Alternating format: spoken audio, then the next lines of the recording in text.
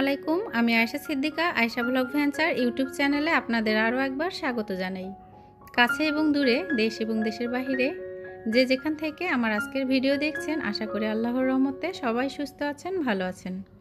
আলহামদুলিল্লাহ, আমরাও ভালো আছি। আজকের ভিডিওটি আমি সকাল থেকে শুরু করেছি। এই যে সবার জন্য সকালের নাস্তা রেডি করছি।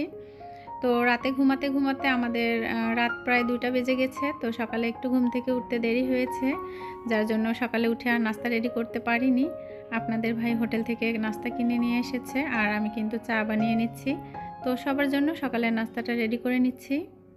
যারা আমার ভিডিওটি দেখছেন তাদের কাছে আমার ছোট্ট একটা রিকোয়েস্ট থাকবে, হয়তোবা ভিডিওর কোনো অংশ আপনাদের কাছে ভালো লেগে যেতে পারে, তাই স্কিপ না করে পুরো ভিডিওটি দেখার চেষ্টা করবেন। পবিত্র রমজান মাসের আর মাত্র কয়েকটা দিন বাকি আছে। তো রোজা থেকে আসলে সব কাজ কিন্তু করা অনেক কষ্টের, আর রমজান মাসটা যেহেতু আমাদের ইবাদতের মাস, তো সেক্ষেত্রে আমরা যতটুকু সম্ভব কাজ কমিয়ে যদি ইবাদত করতে পারি তাহলে আমাদের সবার জন্য কিন্তু অনেক মঙ্গল হবে। এবছরের মতো শীতকে কিন্তু বিদায় জানিয়ে এই যে শীতের যা কিছু আছে সব কিছু কিন্তু পরিষ্কার পরিচ্ছন্ন করে এখন তুলে ফেলা হচ্ছে। তো আপনাদের ভাই কিন্তু আমাকে হেল্প করছে, যেহেতু আমি একা করতে পারছি না। আর এই যে আমি ভিডিও করতেছি, সব কিছু কিন্তু গুছিয়ে দিয়েছি, আর সে কিন্তু আমাকে সুন্দর করে প্যাকেট করে দিয়েছে। রোজার আগে যদি আমরা এই কাজগুলো করে থাকি তাহলে কিন্তু রোজার সময় আমাদের আর এই বাড়তি কাজগুলোর কোনো প্রয়োজন নেই।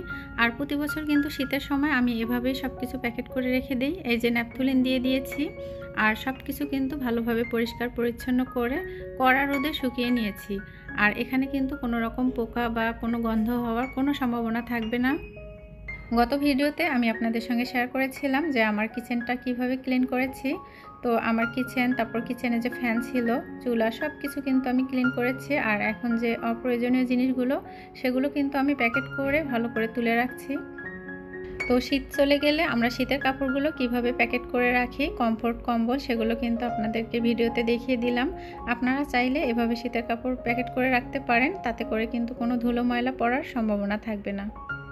যখন কাজ নিয়ে ব্যস্ত ছিলাম তারপর কিন্তু এসে দেখি যে আমার মেয়ে এই যে গাছে কয়েকটা মরিচ ছিল সেগুলো কিন্তু একদম ছিঁড়ে ফেলেছে। তো অনেক দিন বাড়িতে না থাকার কারণে কিন্তু আমার গাছগুলো নষ্ট হয়ে গিয়েছে। তো মরিচ গাছটা কোনো রকম একটু বেঁচে আছে, আর এই যে মরিচগুলো পেকে গিয়েছে। তো আমার মেয়ে বসে বসে সবগুলো মরিচ কিন্তু ছিঁড়ে ফেলেছে, আর আপনাদের সঙ্গে একটু ভিডিওতে দেখিয়ে দিচ্ছি। তো মরিচগুলো দেখতে কিন্তু অনেক সুন্দর লাগছে, তবে কষ্ট লাগছে যে আমার গাছটা কিন্তু এখন নষ্ট হয়ে গিয়েছে। বেঁচে থাকলেও গাছটা আর আগের মতো নেই। আর এই যে লাউ গাছ লাগিয়েছিলাম ভিডিওতে, যে আপনাদের সঙ্গে শেয়ার করেছিলাম, সেই লাউ গাছের অবস্থা কিন্তু এখন এরকম হয়েছে। আর এই যে আমার হাতে যে ডালিম দেখতে পাচ্ছেন, এটা কিন্তু আমার বারান্দায় গাছেই ছিল। তো বাড়ি থেকে ঘুরে আসার পর দেখলাম যে আপনাদের ভাই এটা টেবিলের উপরে রেখে দিয়েছে। তারপর মনে হলো যে একটু ডালিমটা কেটে দেখি আসলে ভিতরটা কী অবস্থা। তো যাই হোক, একটু কেটে দেখেছিলাম, তবে ভালোই লেগেছে। লম্বা একটা শীতের ছুটি কাটানোর পর এখন কিন্তু ছেলেমেয়েরা মাশাআল্লাহ স্কুল করছে, যদিও বা স্কুলে ঠিক মতো তারা বই পায়নি। এই দেখা যাচ্ছে 6টা বইয়ের মধ্যে 3টা পেয়েছে, এখনও 3টা কিন্তু বাকি আছে। এরই মধ্যে কিন্তু স্কুল বন্ধ দিয়ে দিবে রোজার জন্য। তো আপনাদের ভাই যখন বাইরে থেকে এসেছিল তখন কিন্তু আমার ছেলের জন্য এই যে স্কুলের জুতা মোজা নিয়ে এসেছে। তো অনেক সময় আইডিয়া করে নিয়ে আসলে কি হয়, পায়ে একটু ছোট হয় কিংবা বড় হয়। তো আমার ছেলে পায়ে দিয়ে দেখছে যে আসলে ঠিক আছে কি না। ভিডিওর মাঝখানে আপনাদের কাছে আমার ছোট্ট একটা রিকোয়েস্ট থাকবে, যদি ভিডিওটি সামান্য পরিমাণ ভালো লেগে থাকে তাহলে প্লিজ ভিডিওটিতে একটা লাইক দিবেন। যারা আমার চ্যানেলটি সাবস্ক্রাইব করে রেখেছেন তাদের জন্য অসংখ্য ধন্যবাদ। আর যারা আমার চ্যানেলটি আজকে নতুন ভিজিট করেছেন তারা চাইলে আমার চ্যানেলটি সাবস্ক্রাইব করে রাখতে পারেন। পরবর্তীতে নতুন কোনো ভিডিও আপলোড করলে যেন ভিডিওর নোটিফিকেশন আপনাদের কাছে পৌঁছে যায়, এজন্য সাবস্ক্রাইব করে আপনারা অল অপশন চালু রাখতে পারেন, তাহলে যে কোনো ভিডিও আমি ছাড়া মাত্রই আপনাদের কাছে পৌঁছে যাবে। সকালে নাস্তা করে সব কিছু গুছিয়ে নিয়ে এখন কিন্তু আবার কিচেনে চলে এসেছি দুপুরে রান্না করার জন্য। আর এই যে দুপুরের রান্নাতে কিন্তু আমি পাশের চুলায় মুরগির মাংস রান্না বসিয়ে দিয়েছি, আর এখন এখানে আমি বতুয়া শাক একটু লবণ দিয়ে ভাপ দিয়ে নিচ্ছি। যে সকল আপু ভাইয়ারা আমার ভিডিও কন্টিনিউ দেখেন তারা হয়তো বা জানেন যে আমার ছেলে মেয়ে সেরকম একটা ঝাল খেতে পারে না। তো তাদের জন্য একটা ঝাল বাদে আমার কিছু না কিছু রান্না করতে হয়, খুব হালকা একটা ঝাল দিয়ে, কিংবা হচ্ছে আমি সেখানে কোনো গুঁড়ো মরিচ ইউজ করি না। দেখা যাচ্ছে যে একটু কাঁচা মরিচ দিয়ে আমি রান্নাটা করি। তো ওই যে পাশের চুলায় যে মুরগির মাংস রান্না করছি সেটা কিন্তু আমার ছেলে মেয়ের জন্য করছি। আর এখানে কিন্তু আমি বতুয়া শাক রান্না করব শুটকি মাছ দিয়ে। তো ভিডিওতে দেখেই বুঝতে পারছেন। বতুয়া শাক খেতে যেমন দারুণ, সেরকম কিন্তু পুষ্টিগুণে ভরপুর। আমরা হয়তোবা অনেকেই জানি না যে বতুয়া শাকে অনেক পরিমাণে পটাশিয়াম, ফলিক অ্যাসিড এবং ভিটামিন এ সমৃদ্ধ। আর বতুয়া শাকটা কিন্তু আমি একটু আলু আর শুটকি মাছ দিয়ে ভাজি করছি। আর কিভাবে করছি সেটা কিন্তু আপনাদেরকে ভিডিওতে দেখিয়ে দিচ্ছি। তো শুটকি মাছটা প্রথমে আমি রসুন, পেঁয়াজ, কাঁচামরিচ দিয়ে তেলের উপরে লবণ দিয়ে ভেজে নিয়েছি। তারপর কিন্তু আলু দিয়েছি, আর এখন কিন্তু সেখানে হলুদের গুঁড়া দিয়ে দিয়েছি। তারপর শুটকি মাছের সাথে আলুটা একটু তেলের উপরে সামান্য ভেজে নিয়ে এখন আমি যে বতুয়া শাক ভাপ দিয়ে রেখেছিলাম সেটা কিন্তু দিয়ে দিয়েছি। আর এখন ভালোভাবে আমি সেটা কিন্তু নেড়েচেড়ে রান্নাটা শেষ করব।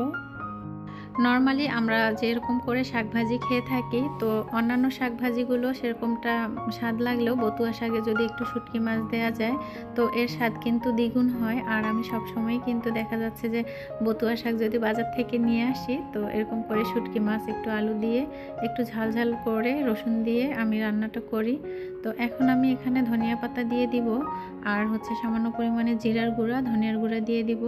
তো ধনিয়া পাতা কেটে আমি ধুয়ে নিয়ে এই যে শাকের উপর দিয়ে দিয়েছি। আর এখন কিন্তু আমি জিরার গুঁড়া দিয়ে দিচ্ছি, আর একটু ধনিয়ার গুঁড়া দিয়ে দিব। তারপর কিন্তু আমি শাকটা ঢেকে দিব। আজকে কিন্তু আমি ঘরের অনেক কাজ গুছিয়ে নিয়েছি, যার জন্য কিন্তু সেরকম একটা রান্নার ঝামেলা করব না। তো আমার ছেলে মেয়ের জন্য যদি আমি একটা ঝাল বাদে কোনো কিছু রান্না করি, তার সাথে যদি একটু ডাল কিংবা অন্যান্য কোনো সবজি বা ভাজি একটু ঝাল বাদে করি, সেটাতেই কিন্তু তাদের হয়ে যায়। তো এই যে আমি যে শাক ভাজিটা করেছি সেটা কিন্তু প্রায় হয়ে গেছে, একটু পানি আছে, এটা শুকিয়ে নিলে কিন্তু আমার রান্নাটা শেষ হয়ে যাবে। আর এখন আমি রুই মাছ একটু তেলে ভেজে নিচ্ছি। মানুষ মাত্রই ভুল হতে পারে, প্রতিটা মানুষের ক্ষেত্রেই তাই সবার কাছে আমার একটা অনুরোধ থাকবে, আমার ভিডিওর মাঝে কিংবা কথার মাঝে যদি ভুল ত্রুটি থাকে তাহলে প্লিজ ক্ষমা করে দিবেন। আর যদি আপনাদের কিছু জানার থাকে, বলার থাকে, তাহলে কমেন্টসে জানাবেন। ইনশাআল্লাহ আমি কমেন্টসে অ্যান্সার দেওয়ার চেষ্টা করব। আমরা যে সকল আপু ভাইয়েরা ইউটিউবে কাজ করছি, আমরা কিন্তু ইউটিউবে অনেকটা সময় দিয়ে থাকি।